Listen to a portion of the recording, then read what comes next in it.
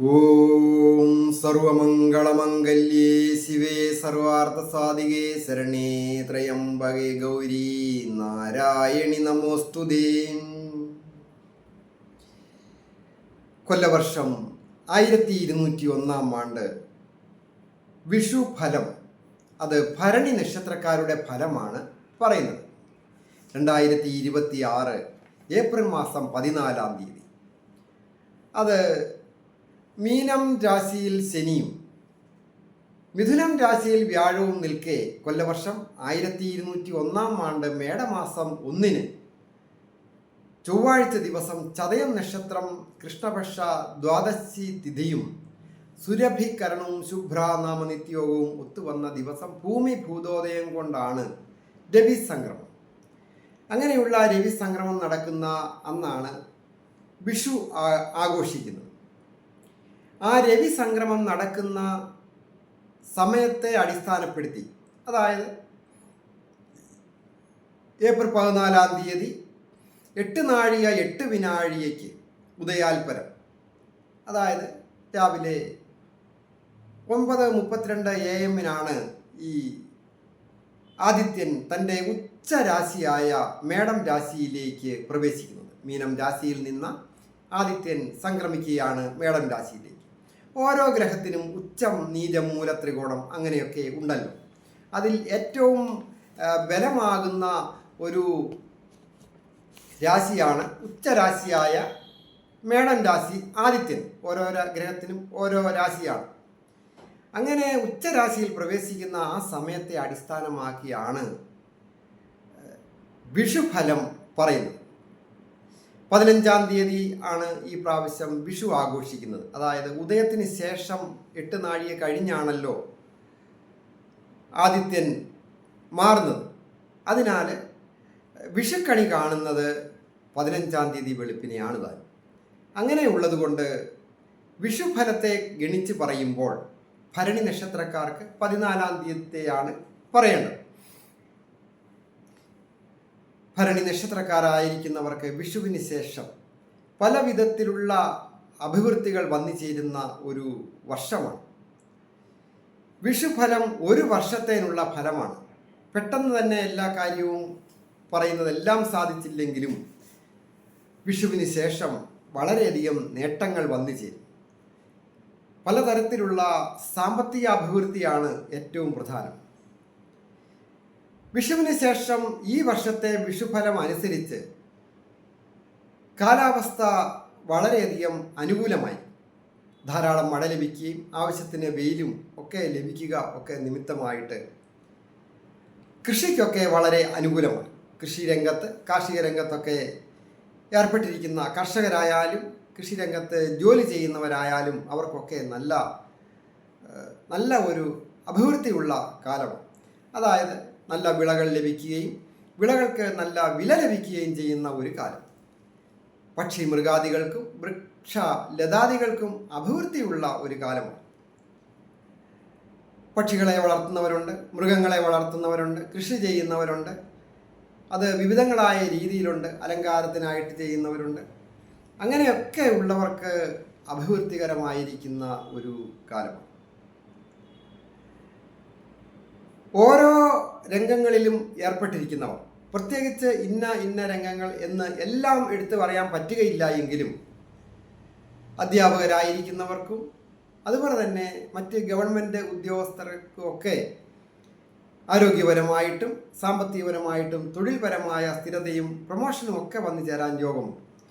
അത് IT മേഖലയിൽ ജോലി ചെയ്യുന്നവർ, ഇൻഫർമേഷൻ ടെക്നോളജി, കൂടാതെ മെഡിക്കൽ രംഗം, അതിൻ്റെ ആവാന്തര വിഭാഗങ്ങൾ, ഒരു ലാബറട്ടറി ടെക്നീഷ്യനായാലും സ്കാനിങ് ചെയ്യുന്ന വിഭാഗത്തിൽ ജോലി ചെയ്യുന്നവർ, അതുപോലെ തന്നെ ഹോസ്പിറ്റലിൽ തന്നെ ഡയറക്റ്റായിട്ട് നേഴ്സുമാർ, മറ്റ് ഡോക്ടേഴ്സ്, മറ്റതിൻ്റെ സപ്പോർട്ടിംഗ് സ്റ്റാഫുകൾ, അങ്ങനെ നിരവധിയായിട്ടുള്ള ജോലിക്കാർക്ക് അനുകൂലമാണ് ഈ വിഷുവിന് ശേഷം. ചൊവ്വായുടെയും ശുക്രൻ്റെയും വ്യാഴത്തിൻ്റെയും ഒക്കെ അനുഗ്രഹങ്ങൾ വന്നു ചേരുവാൻ യോഗമുണ്ട്. എന്നിരുന്നാലും ഈ വിഷുവിന് ശേഷം അതീവ ശ്രദ്ധയോടുകൂടി, ക്ഷമയോടുകൂടി, വിട്ടുവീഴ്ചയോടുകൂടി ചെയ്യേണ്ട പല കാര്യങ്ങളുമുണ്ട്. അധിക സാഹസികമായ കാര്യങ്ങളിൽ ഏർപ്പെടുവാൻ പാടില്ല. അതുപോലെ തന്നെ കൊടുക്കൽ വാങ്ങൽ ചെയ്യുന്നത്, വാഹനം സാഹസികമായി കൈകാര്യം ചെയ്യുന്നത്, അങ്ങനെയൊക്കെ വളരെ ചില ക്ലേശങ്ങളും സൂചകമാണ്. ഓരോരുത്തരുടെയും വ്യക്തിപരമായ കാര്യങ്ങൾ അറിയുവാൻ ഫോൺ വിളിച്ച് ചോദിക്കുകയോ അതുപോലെ തന്നെ നേരിട്ട് വരികയോ ഒക്കെ ചെയ്ത് ജാതകം നോക്കുകയും പ്രശ്നം നോക്കുന്നതിനുമൊക്കെ അവസരമുണ്ട്. അതിനുള്ള പരിഹാരവും പറഞ്ഞു തരും ഏതെങ്കിലും തരത്തിലുള്ള വ്യക്തിപരമായ ദോഷങ്ങൾ. വിഷുഫലം എന്ന് പറയുമ്പോൾ ഓരോ വ്യക്തികളുടെയും കാര്യമല്ലല്ലോ, മൊത്തത്തിലുള്ള ഭരണി നക്ഷത്രക്കാർ സ്ത്രീ പുരുഷ ഭേദമന്യേ, അതും പ്രായഭേദമന്യേ പറയുന്നതാണ്.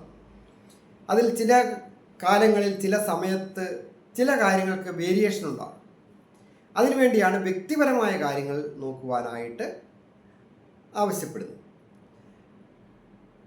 ആരോഗ്യപരമായിട്ട് തൃപ്തികരമാണ്. അതുപോലെ തന്നെ കുടുംബപരമായിട്ടും നല്ലതാണ്.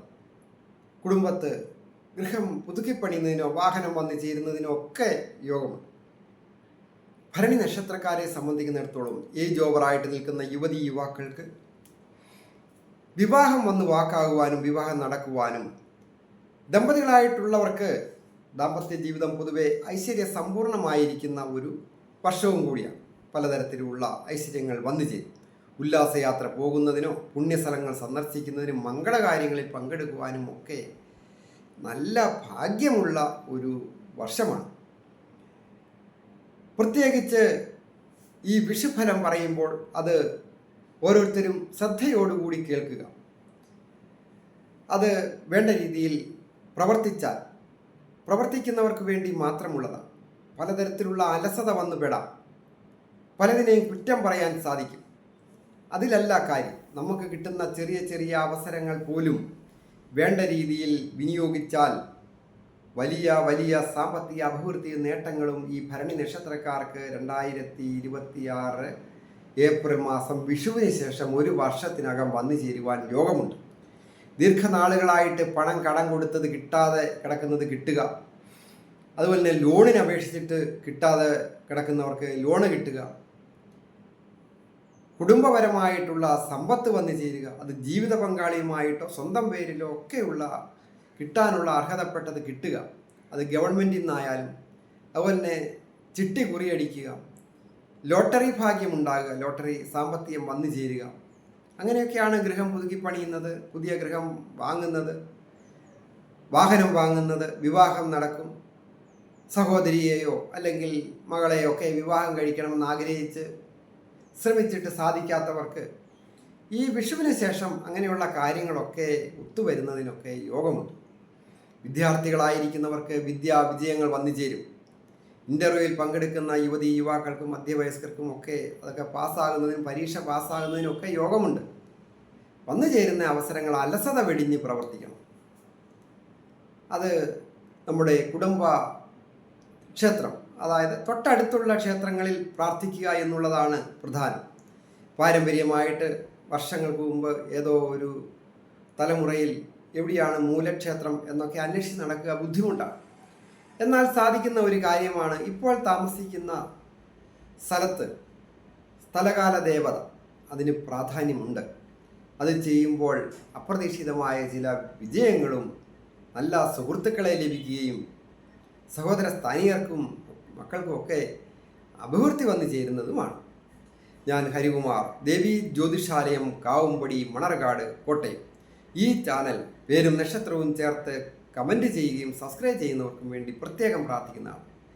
നിങ്ങളുടെ വിഷയം എന്തുമാകട്ടെ, ആ വിഷയം കമൻറ്റ് ബോക്സിൽ രേഖപ്പെടുത്തിയാൽ ഞാൻ നിങ്ങൾക്ക് വേണ്ടി പ്രാർത്ഥിക്കാം, എന്നാൽ കഴിയാവുന്ന രീതി.